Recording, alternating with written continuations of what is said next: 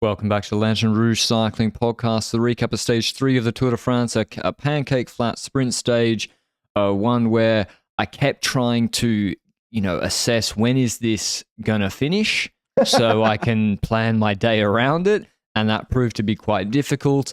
We're going to talk about, do Pro Conti teams not know their place anymore in the traditions of real ciclismo? About crashes. A big rider in this race crashed out today. There were multiple crashes that affect the green jersey competition. GC contender crashed. We're going to talk chicanes, Abu Dhabi breakwater, a lot of different things for this sprint finish from Valenciennes to Dunkirk.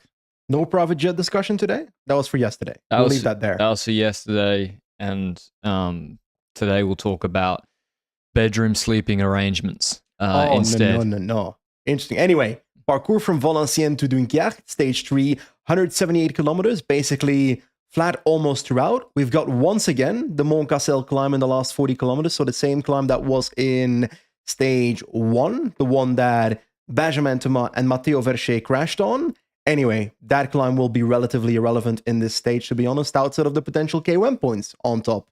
But this stage begins, Patrick, and you hinted at it. The pro teams, they know their place, whatever. This stage starts. Is it an important factor in what happens at the start of the stage that it's a stage with a lot of headwind in it? Yeah, that makes a big difference. I think teams, the attackers just have not much to go with. They know they're going to be easily controlled. There's no KOM points, so there's not like they can go out and snaffle up some KOM points because there's one Category 4 climb later in the race, whereas maybe Armorel wanting to stock up on some KOM points goes a bit earlier. So it was, nothing happened. And the thing is, they're just going to go for Varnskjold in the sprint.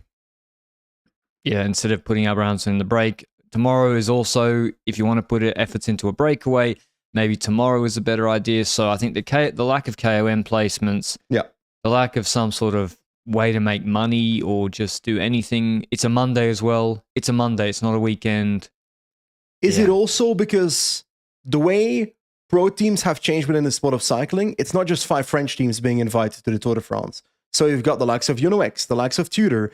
They all have their sprinter dedicated for the stage. Now, I've got my opinion on that. I'm actually jumping straight into a different rant. You hinted at it. There's no breakaway in this stage. There's no breakaway from this point onwards for the first half of this entire race. So we look at that and we're kind of like, okay, Peloton just strolling around Alpecin controlling. But the fact that there's no breakaway, I want to pull that rant back. For years, we've discussed this on the podcast.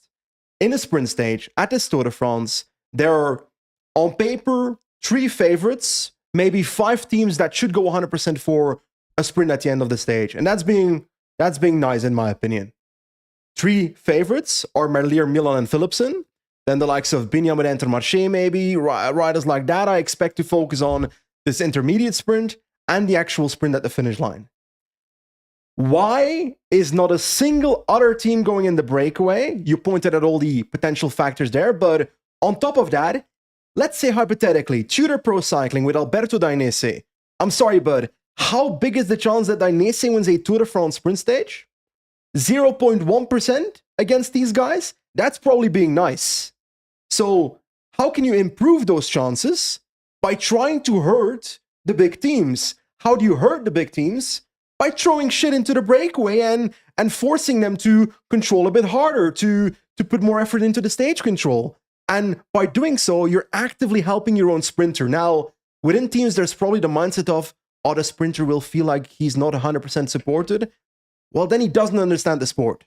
I think it's hard to convince people to go on the breakaway day after day when they think it's got no chance. And then if the other teams also aren't going to try, then Damien Touzé just sits on his own in the breakaway.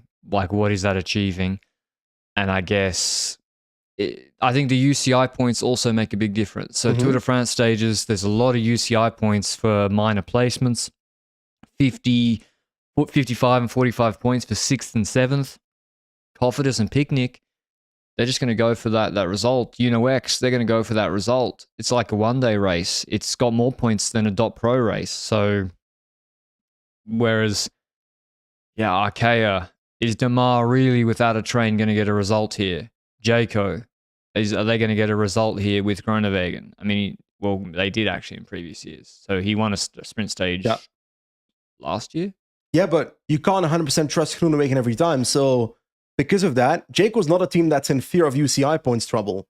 So I'd rather see Jayco go in the breakaway, put some pressure on the big teams. But like you said, they might be the only one doing so. But no one tried first today. And because no one tried first, there's no harm in trying a small attack and seeing who else responds. Yeah, I agree. That being said, would it have worked? Well, you don't know, but if you don't try, you'll never know. I think it's tough with the headwind. I think what you need is you need a Vinny Vantini, you need a Bardiani. Yesterday. You need a Polti who know their place. What about yesterday? Oh, well, yesterday that was obviously ridiculous. Teams should have tried, but that's a much harder parkour where it wasn't clear who was going to control. Like, were Trek going to help Alpecin after Naes crash? No, they weren't. So I think that is a difference in that Wanty clearly did the wrong thing yesterday by controlling that stage. And I think we'll talk about it at the end of this podcast as well. Tomorrow is another opportunity for breakaway riders to go up the road, with Alpecin potentially being the only team willing to control. But I do want to bring that even further. The same teams that are not trying to go in the breakaway yesterday, for example, if we point that stage as the clear example, those are going to be the teams whining in a week and a half when Teddy Pikachu takes 5 stage wins, and they're going to be like, oh God, you're so greedy. Me. Go in the fucking breakaway on stage 2 then. Nah, but the break had no chance. Yesterday they did. I get it, yeah, but tomorrow the break has a chance, right? So say you're Decathlon, you got... But they didn't try yesterday when they had a chance. So say you're Decathlon, you got Bruno Amirel, who's in the break on stage 1 and in the break on stage 2. You got maybe break has a bigger chance tomorrow. Yeah. Then you got to tell them to rest today. Today is fine then. Yeah. But it doesn't change yesterday's fact. I get more angry at the stages like tomorrow and yesterday, where it's not guaranteed. You got 2 options. Yesterday and tomorrow, you got 2 options. MVDP Pog Stomp, Philipsen Binny win, or really just Philipsen win. And to be honest, I only just see MVDP Pog GC Contender Stomp. So, especially after what happened in this stage. Yeah, so I think it's tomorrow, those sort of stages where they're more culpable. But yeah, it was a slow stage. Emil Verstringer earned his paycheck on the front pacing. Dillier too? It was a much, much more relaxed stage than the previous 2 days. I think the riders really were wanting that mentally, and the GC contenders weren't really like right at the front all day. So we'll move on to the intermediate sprint. There, I was up a mountain. Benji was watching. I've seen the replay. Obviously, we have Trek doing the lead out for Milan. Coquard. I'll do it how I see it. So Coquard knows that he can't really hold Milan's wheel in the sprint, but he can use it to get him up to speed because he's just too small. And so what he did on the previous intermediate sprint on the other day was he moved over and legally boxed Philipsen in. Today, the sprint hasn't opened yet, and he's trying to keep Philipsen from having a door to push him off Milan's wheel. Philipsen's going to push him right. So he then shades Milan's wheel, and instead of being directly on it or just behind it, it means he moves up and he's holding a position overlapping wheels to Milan on the right-hand side, because that's how he's trying to keep Philipsen boxed. Yeah. So basically what you're saying is, Lil Trek has control with Milan. Coquard is trying to keep himself in the right bottom on the screen of Milan, keep that position to try and get the best out of it towards the end of the sprint. But other stuff happens in this sprint. We see, first of all, Alpecin trying to move up on the left side. The third last man went to the front and went backwards, didn't really help much. The second last man tried to move up with Philipsen, but Philipsen was kind of in the wheel of, I would say, Milan at this point where we're talking. So Milan at the front in the wheel of his lead out, Philipsen basically in the wheel. Then on the right, behind of Milan, we've got Mr. Coquard. But on the right side, we've got Binyam moving up in the wheel of his lead out, Laurens Rex. And Laurens Rex moves basically next to, parallel to Coquard. And at that exact moment, Milan chooses to go off the wheel of his lead out to the right to launch his sprint. In doing so, Coquard overreacts, in my opinion, to go to the right a bit too extreme, 3 times the distance that he has to move right. In doing so, hitting Laurens Rex in doing so, bouncing back, causing Philipsen to crash, who had nowhere to go. Yeah, it's like it's a race incident. No one really did anything too wrong. It was well. I blame Coquard actually more than the others. It's not like he didn't chop someone on purpose, but yeah, he's been involved in a lot of crashes or around them this year where he's putting himself in the mix and he's not actually able to react or extract himself from that mix. Man, he's like 20 kilos lighter than these guys. Yeah. So when they move, when they hit him, he then bounces, way the other way. And he sort of bounces twice. He stays up, although I think he has a bruise on his leg. But Philipsen, he's out. And Ricard, Ricard was having a go at Coquard afterwards. So I don't think we'll see yellow cards from this. It is a sprint incident, but at the end of the day, if you're overlapping wheels with the guy that you know is about to launch and he's going to launch right out of his lead-out man, and then you're so surprised that happens and you move 2 meters to the right, it's like you are kind of to blame. And just to throw a misconception out of the way, if you're watching cycling for the first time and you're like, okay, Coquard moves to the right and there's a guy that moves up on the right that he ends up riding into, that's the fault of the rider moving up, right? No, it's not. It's the responsibility of the rider that deviates that is often seen. Rex was already there. Yeah, at that point, he was already there. So, and on top of that, I would say you're right. You're pointing at race incident immediately. When I saw the first impressions of the crash, I was like, okay, Coquard deviated. Then I rewatched a few times, and I know that when someone crashes out, Jasper Philipsen, arguably green jersey favorite at the moment that he crashes out, one off, if not, then you always want... I was depressed for about 10 minutes after this happened. I'll be honest about that. It sucks for the race. And you're looking for someone to blame for something to blame. Yes, Coquard does something wrong. 100%. He overreacts. But for me, it's just not... It's not extremely reckless to the point that he deserves a yellow card. It's just an extreme shame for the race. Yeah, and like we see another 5 crashes in the sprint finish coming up where I've got to go and rewatch it 3 times to figure out what's really happening. Are there going to be yellow cards? Should there be yellow cards for the organisers? I mean, we're going to talk about probably in a weekly show after the Tour de France trialing gear limit ratios, Benji. But like we got stage 3 of the fucking Tour de France, we got chicane, bend. Like when we saw this finish, we were laughing, but like in a black comedy way, like. Laughing at a misery, we call it in Belgium. Yeah, like you showed me the last 5Ks. From Naesen. Yeah, and I was just like, well, there's just going to be huge crashes. Yeah, exactly. I mean, it's guaranteed. Just to describe the last 400 meters of the stage, you enter the last 350 meters, there's a chicane that starts there. So a corner to the right, a bend to the right, and it's sharper than you'd expect. After that bend to the right, it goes to the left, fulfilling the chicane. You're now at about 150 meters to go, so the sprint has already started. And then there's another bend as the finish line hits. And it's a bend. It's not like a 90-degree corner. No, it's pretty sharp. But it's sharp enough to complain about it. And both of these combined means that if you launch your sprint and you're the sprinter and you want to take the fastest line, you are in doing so 100% deviating from your lane. Yeah, but just everyone's having to move from side to side and nothing's going in a straight line. And I want to make a distinction between, because sometimes people see a 180-degree corner in a sprint finish and they're like, oh, it's dangerous. Well, to me, last 10 meters, yes.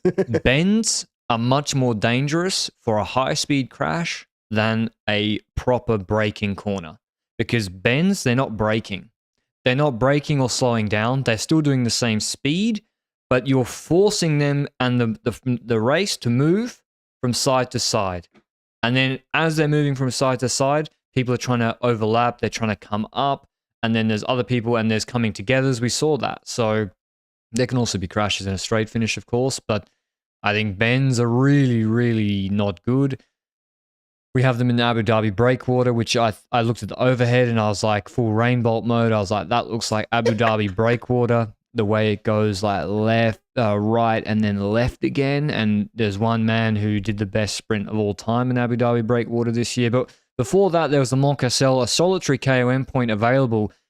Tim Wellens clips off the front of the peloton And like, what's he doing? Where's he going? You immediately said he's going for the KOM points to get Pogacar out of KOM jersey to relieve Pogacar of... I've changed my mind. Okay, we'll get to that. Your initial thought was to relieve Pogacar of podium duties. That was the initial thought process. Have you changed your mind? I think the UAE team at a high level is obviously very frustrated that Wellens won the national championships. For fuck's sake. And the Belgian Federation, they don't allow the sort of joke jerseys where they do like a clip art 30 by 30 pixels flag. They require the full Drigler, and Wellens has that. And I think they said to Tim, an extra day not in that is good. I've got another theory. I think the next victory of Pogacar is his 100th victory of his career. So if that potentially happens tomorrow, then he wants to do it in the rainbow jersey, not in the KOM kit. That's another option. Then again, he's not the favorite for tomorrow. But we'll get to that. He has a chance, though. But he's not the favorite. But we got to talk about the situation here, because a lot of people were like, okay, why is Wellens taking KOM? Nah, it's actually just to relieve Pogacar of an extra hour of podium duties. Okay, but we've got the situation. Before today, Pogacar has 3 points. Wellens had 2 points. Yesterday, Pogacar took a 3rd cat climb. And Wellens took a 3rd cat climb. So they're both on 1 3rd cat climb. That's important to know. And they both won a climb. And today, Tim Wellens can take a 4th cat climb, taking 1 point, equalizing them in points. But now, okay, they've got 3 points because Wellens took 1 point today. Why does Wellens get the jersey over Pogacar? The reason is a tiebreaker. The first tiebreaker is obviously the amount of points. If you have more points in KOM, you're the leader. No shit, Sherlock. Then it's how many out of category climbs have you won? If that is still equal, then it's how many Cat 1s have you won? If that's still equal, it's Cat 2. If that's still equal, it's Cat 3. Pogacar and Wellens both have 1. If that's still equal, it's Cat 4. Wellens has 1. Pogacar has 0. That is why Wellens took KOM today. Worst case, GC times decide afterwards. Right. So yeah, Wellens, they said they came up and, by the way, again, like really showing like internal team tactics on the race broadcast from UAE. They said we studied, I mean, by this point he's a minute 30 up the road, but I mean, I'm a nasty person, so I would have put Athene on the front to spite chase. Yeah. But anyway, well, I think Wellens clearly said to Remco, like he had an agreement that he was going to stop, because actually the gap went to like 2 minutes. I was like, hold up. Did anyone just watch Belgian National Champs where he rode like, you don't want to give him 2 minutes for free, because it was for free, but he just stopped. He got to the top and he stopped. To me, it does show that UAE team car is on top of things here. Yeah. Because I did not know that rule by heart. The fact that they looked it up, that they knew for a fact that Wellens would overtake Pogacar, that is knowing the rule book today. Exactly, and that's also thinking about small details, giving Pogacar an extra hour of recovery before an important stage tomorrow. So, kudos to them, and now Wellens gets into the KOM jersey. And a podium day for him. And Wellens is now, according to @Cycling Statistics on Twitter, one of the 9 riders in cycling history that has worn the KOM in all 3 Grand Tours. That's really cool. I hit it. That was one. For the podcast listeners, Patrick just violently attacked a innocent fly. These guys got to go. I hit it. Pre-sprint, much less stressful day today. We didn't see the 50Ks to go lining up. We didn't see like the Visma and UAE trains fighting and bickering. It really was like every team that wanted to be at the front and sort of had a right to be there was allowed to move up and be there.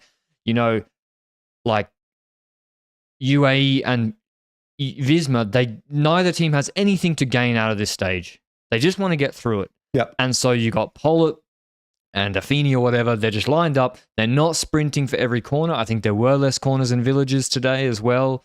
And everyone's not half-wheeling to the same extent as previous stages. We got Alberson as well. They had Van der Poel on the front for a bit, but then they come up. So I forgot to mention, like Caden Groves, he gets rewarded, not in the way he would have wanted. He gets rewarded now for being a good teammate. He said to the team, I don't want to farm Giro and Vuelta again. I'm now in my peak. I've not done the Tour. I don't think he's done the Tour de France before. Nope. I've been a professional for 6 years, 5 years. I want to do the Tour de France. I'm happy to go and lead out Philipsen and do my job. And now he has an opportunity to lead Tour de France stages with still a good lead out train. So it's not, again, wasn't the original plan, but by being a good teammate and being here, he now has that opportunity. And that's what we sort of said about Roglic 2 years ago, Benji. It's like, just to win the Tour, you have to start it. Like we always say, you have to be there on stage one. Wow, I did not expect that to come out of your mouth, but you're right. But I want to talk about something different now.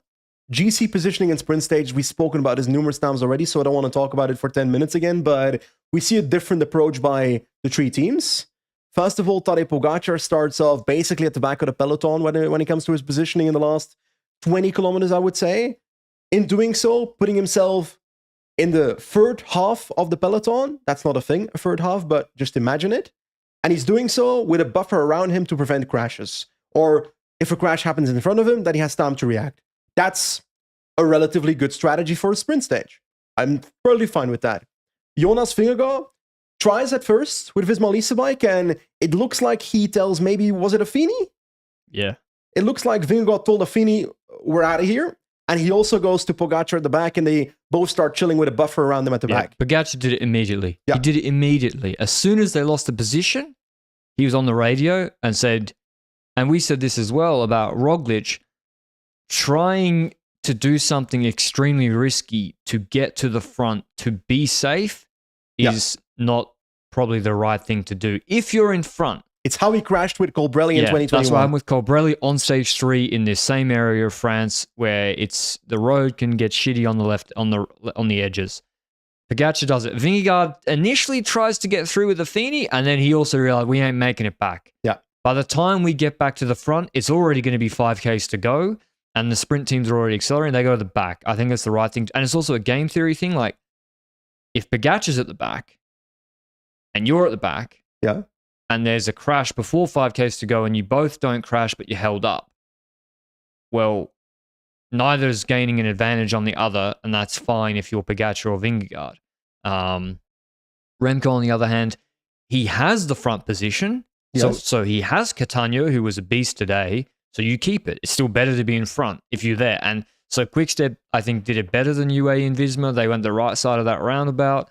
And they did it perfectly up to the 5Ks to go. Merlier also piggybacked off it. And I think a key thing for Merlier is, with all due respect, Tim Merlier is like not a good climber or a like fit sprinter to the same extent as Milan. If they're FTPs, I'm very, very sure Milan's FTP is much, much higher than Merlier's. Yeah. Merlier is extremely explosive in the last 3Ks. If he's fresh, he can do miracles on his own or with Bert. If he's brought fresh to 3Ks to go and hasn't had to work before, if you make him do a 20-minute effort on and off, I think he loses the legs. And so having that GC train, keeping Merlier right up there, I think set him up perfectly for this stage. That is true. We got to continue talking about Remco now, because at the 5-kilometer rule, so in case you're new to the Tour de France, new to cycling, the last 5 kilometers, normally the rule is default 3 kilometers, but in this stage, it's 5 kilometers. At 5 kilometers to go, if you crash in the peloton in the last 5 kilometers, you will be given the time of that group.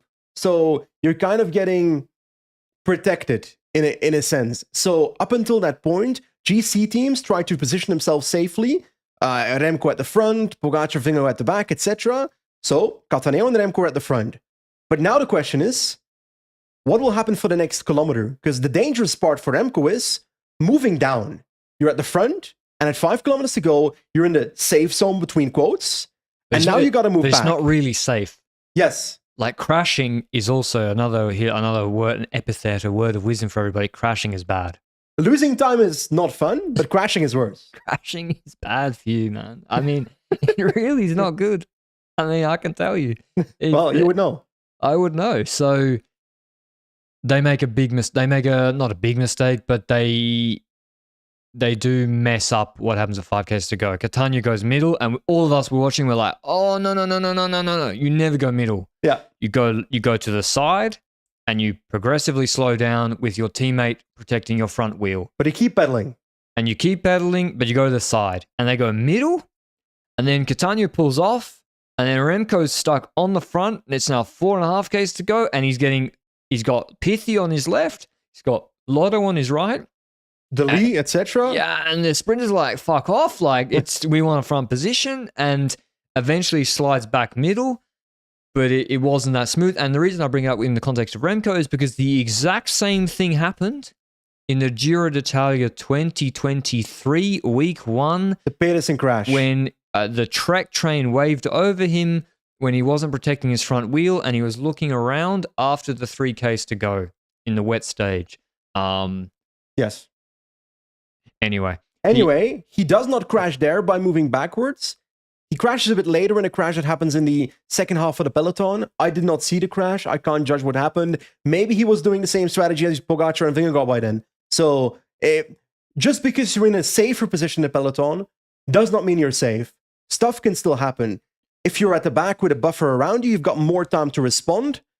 But I would also argue, based on the fact that Remco rode off into the grass yesterday, for example, in response to a rider coming a bit too close, his response time is worse than Pogacar. That's clear, right? Yeah, I'm trying to see if I can see it on the multi-screen, because there were Ineos were caught up in that crash, multiple Ineos, and it was a move in the middle. I'm not sure if it was Meus who got caught up in it, but Meus was indeed, if I recall, there were 2 Bora riders that crashed first, if I recall. Yeah, so trying to see. He's trying to look for the exact kilometer as we speak, which that's always a bit well. The multi-screen doesn't have kilometer markings, which is kind of. Oh no, that's even worse. At least they don't have ads. All right, I found it. Yeah, I mean, does the multi-screen not have ads? Yeah, to be clear, in the UK, I have to pay £31 per month for TNT Sports, and they're fucking ripping me off by putting ads on my coverage. I'm sorry, but get out of here. Anyway, a few people crashed, a couple hard from Red Bull Bora Hansgrohe. Roglic was missed it. Remco did touch down. He seems to be okay. He was laughing about it with the others. And now we get into the actual sprint. It's going to be chaotic. It's a headwind, which means no one can establish and maintain position. And I was calling out, saying that Picnic were gambling, but I think doing a really good job. They established early right position, but they were not in the wind. So they had their train there with Lund Andresen leading out Bittner, and then a wave would come over, and then they would shoot back up to be second on the right-hand side, protected from the wind. A wave would come over. The risk is multiple waves come over, you get shuffled on the gutter, and you get boxed, and you never get your train out. Trek were a bit jumbled up, but they eventually take control. Picnic slot into their wheel left. They get the free space. Yeah. And I was like, really good job from them. But Milan actually, I think, went to their wheel. That was their problem. I think if they could have got an even better result if Milan was in front of them. Merlier shoots up. I don't know from where, but he somehow shoots. P9. Yeah, he shoots into the perfect position. And then... Picnic do the lead out with Lund Andresen. It's a bit early, but I can understand as well when you're going for UCI points.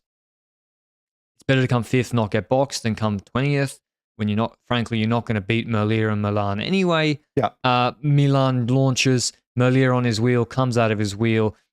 It looked to me like Merlier was coming up fast, but then he stalls as they're side by side, and Milan has the quicker way around the bend, but Merlier beats him by a very, very small amount on the bike throw, which reminded me of their Gent-Wevelgem sprint where they were side by side for a while. Bauhaus 3rd, Varenschold 4th, Bittner 5th, Binny 6th, Caden Grove 7th, Van Poppel 8th, Ackermann 9th, Amaury Gapiot is 10th. And I guess the kind of the teams like Clofidis and Astana and the others, Benji, the ones, or even Groenewegen, the ones where it's like, yeah, that's probably the maximum you're going to get out of today. That is true, but there was also a crash in the sprint. Oh, yeah, true. That happened in about position 10, maybe, roughly, in the last chicane. The one we spoke about earlier that could cause chaos, that could cause sprint deviations, that could cause stuff. And the thing is, we see an Astana rider. I'm doing this from the top of my head. This could be completely wrong. I see an Astana rider bumping someone to the left to try and go around the outside of the chicane to try and move past people. And in doing so, the crash gets caused.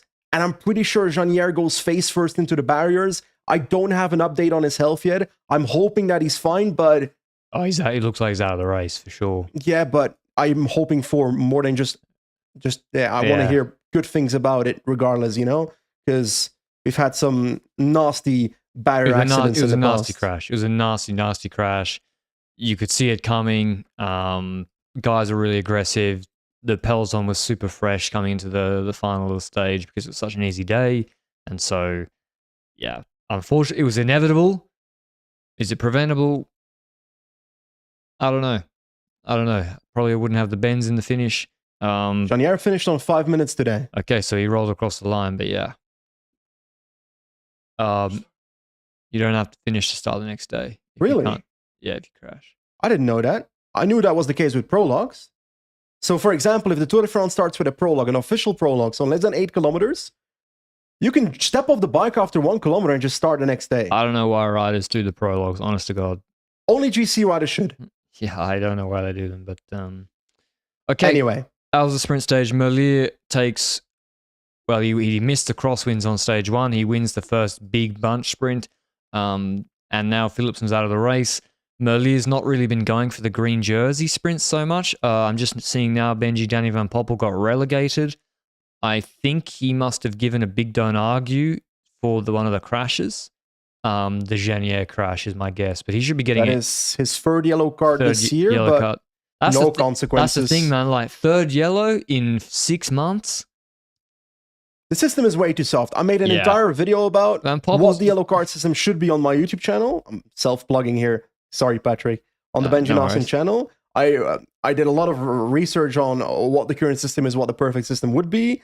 And this system is just way too soft. The UCI decisions are way too inconsistent. I haven't seen the Van Poppel thing here, so I can't judge whether the yellow card was deserved or not. But if you have 3 yellow cards in, let's be honest about it, less than 6 months, then you're a dirty sprinter. Yeah, no. Or the UCI fucked you over. No, Van Poppel is, I'm trying to watch the last K now, but yeah, Van Poppel's a menace. Yeah. Like. And the peloton knows it. Yeah. I hear it from riders. Van Poppel is like, I mean, probably is, well, actually, you don't want him as a lead out because he wants to go for his own sprint, but I'm watching the sprint now. Do you see anything from Van Poppel? I'm watching, he's got the Astana to his left-hand side. I think he gives a huge shoulder check to Ballerini. And that's what causes the crash in the final kilometer. Yeah. Well then. So, like, I don't know, man. You put a guy into the barriers with your third yellow card, like you cause a guy to crash at 70. Yeah, like if it's Nasser Bouhanni, you know. Well, if it's Nasser Bouhanni, he'd be out of the race. He'd be like after 1 yellow card, he'd be given a 1-year suspension. Yeah, Van Poppel's a rat, and he's going to keep ratting. So until they make the rules stricter. GC Van der Poel is still in the yellow jersey lead. Pogacar still second on 4 seconds. Vingegaard on 6 seconds. Stage 4 is from Amiens Métropole to Rouen. It's 174k stage, and it's very, very similar to stage 2 in that it's a little bit rolling terrain for the first 140k's, and then we have 4 categorized climbs, 2 of which are category 3s and steep. 1.3k's, 9%, which is 30k's to go. Oh, very, very similar to yesterday. Then short plateau, 900 meters, 7%, descent, 1.8k's, 5%, then another short descent, and then 800 meters, 9%. And then the finish is more of a uphill kick to the line, but that final climb is 5k's to the finish. It's a little bit closer than yesterday. I want you to pronounce the name of the place at 108 kilometers into the stage. Fresnes-l'Archeveque. I think it's pretty good, actually. I'm proud of you. But it says in 2 languages, Fresnel-en-Versant. Why would it be in 2 languages? I don't know. Are we in I don't think it's 2 languages. I think it's probably just a climb and the city and the village or something like that, probably, is my guess. So Benji's breakaway rant from the start of this stage. Yeah. You can load it up and replay it tomorrow if many teams are not jumping in this break. I mean, who can win this stage, Benji? Healy. I mean, from the peloton. Oh, Mathieu van der Poel, Tadej Pogacar, Remco Evenepoel if he goes for it, which didn't happen yesterday. I mean, including guys who have like an outside shot. Yeah. So Kevin Vauquelin can win. Yes. Romain Gregoire can win. Alaphilippe. Meh. But also them, they can do both. Their chance to win is so much bigger from the breakaway. Or even Meyerhofer. Meyerhofer's chance to win from the breakaway is bigger than Alaphilippe's chance to win from the GC group. Hirschi wasn't terrible yesterday. Exactly. He wasn't good, but he wasn't terrible. So, I mean, no way Wanty should control.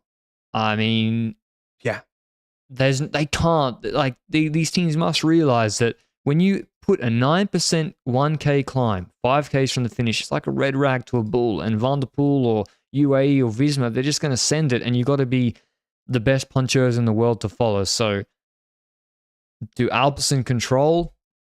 I think they have to. Are they going to go for Van der Poel green jersey? But Van der Poel, I don't think they will, Benji, because Van der Poel wants no business in these sprints. No. So if you're getting no points in the 50-pointers, then, and they're going to go for Groves, then... So what are you saying? Are we saying that Mathieu van der Poel should step the fuck up? No, I think he just... If you don't want to do the flat punch sprints, then that's why, they were going to go for Phillips, and it was never going to be for Van der Poel. But the only team that should on paper control this stage is Alpecin for Van der Poel, which then makes you ask the question, why does Alpecin not go in the breakaway with Van der Poel? With a teammate though, because he can't control himself. That's how Romeo won that Dauphiné stage. You're thinking. It should be breakaway, like, why don't they do it? I don't know, man. I ask myself the same question every day of my life. I think this is just going to be a repeat of stage 2. Louis Askey from the breakaway, no? Yeah, I mean, I don't think so. I think they'll go for Gregoire from the peloton. Fair. I am going to go, I think this final climb, 800 meters, 9%. Depends on the... But then the final climb's not so hard. I'm feeling late attacker. I'm going to rinse and repeat Kevin Vauquelin. I think that's a very good call. Oscar Only. I got a word for Oscar Only. Directly to Oscar Only, Benji. Okay. To win, you have to gamble. Yeah. If a Kevin Vauquelin attacks, if a Remco attacks, if a Vingegaard attacks, if a Pogacar attacks, you're going to be on your own. You have to gamble. And if you're closing the gap for others, you take your win probability from 5% to 0%. But that's not just for Only. That's for Remco too. When I looked at yesterday's stage in the last 10 kilometers, there were multiple moments where I said, Remco, this is your moment. You need to attack right now. But he spent his bullets already. And he spends an extra bullet. Well, first of all, he spent his bullets being in a shit position, having to move up on the climbs. But also, he spent other bullets closing down an attack by Jonas Vingegaard, which, yes, it's a competitor for P2 in GC, for example. Is Paul, at 6Ks to go, Benji, is Paul going to let Vingegaard right away? No. Come on. So Remco should know that Pogacar is going to respond to Vingegaard. Then and sit in both their wheels, and then as Paul closes it, then you go. And that's how Remco can benefit from the rivalry of Jonas versus Tadej, and he's not doing it. Exactly. Like, it's a good opportunity for him because, like, Vingegaard's going to be happy if Remco wins the stage, Benji, and takes away bonus seconds. Yep. So, anyway, I think this stage goes the same as stage 2. I'm going to go Vauquelin. If it comes to a group with Van der Poel, I think he just wins. So, sprint. Even against Poggy, Benji, I don't see how Poggy beats Van der Poel in a sprint on this sprint finish. I don't think so either. Who is my attacker, though? If I say Mathieu van der Poel as the... Do I believe Remco will follow my advice? I think Gregoire, because Swiss on that descent, he was good. If he's in a group of 2 or 3, he's fast enough to win the sprint. He never goes the wrong way when there's a deviation for the cars to turn off. I think he was also in the group of 5 or 6 yesterday. Vauquelin wasn't. Vauquelin came back. Yeah. I agree, but I'm going to go for Remco in the hopes that he has learned from yesterday. Then again, he crashed today, so probably not the best idea of my life, but I mainly think that Mathieu van der Poel is simply going to win. But yeah, that's too basic. Van der Poel's the favourite, Pogacar's second favourite, and I think the French punchers, we're all hoping they get one tomorrow. Okay, that's the recap of stage 3 of the Tour de France. Hope you enjoyed it a lot, and we'll see you. We'll also, housekeeping, we'll have a watch along tomorrow for the last 45 kilometers, last hour or so. We've got the mics all sorted, so check in on YouTube, on the LCP YouTube for that watch long. I actually think that Kokar could survive tomorrow. Benji, you're capping. He was on 30 seconds yesterday. Okay. In the group of Philipsen. And you said at the start of this podcast that if Philipsen was here, he could win tomorrow, potentially. No, I don't believe that. I think Kokar could survive with the larger group of GC riders. It's so close to I'm not saying he's going to win. I think he's going to be in the large group of GC riders. I don't see it, but... You're allowed to not see it. Did he crash today? Well, no, he caused the crash. Yeah. A confluence of events caused the crash, for which we found him the most culpable. Yes, that's a fair conclusion to this podcast. Anyway, ciao. Ciao, everybody.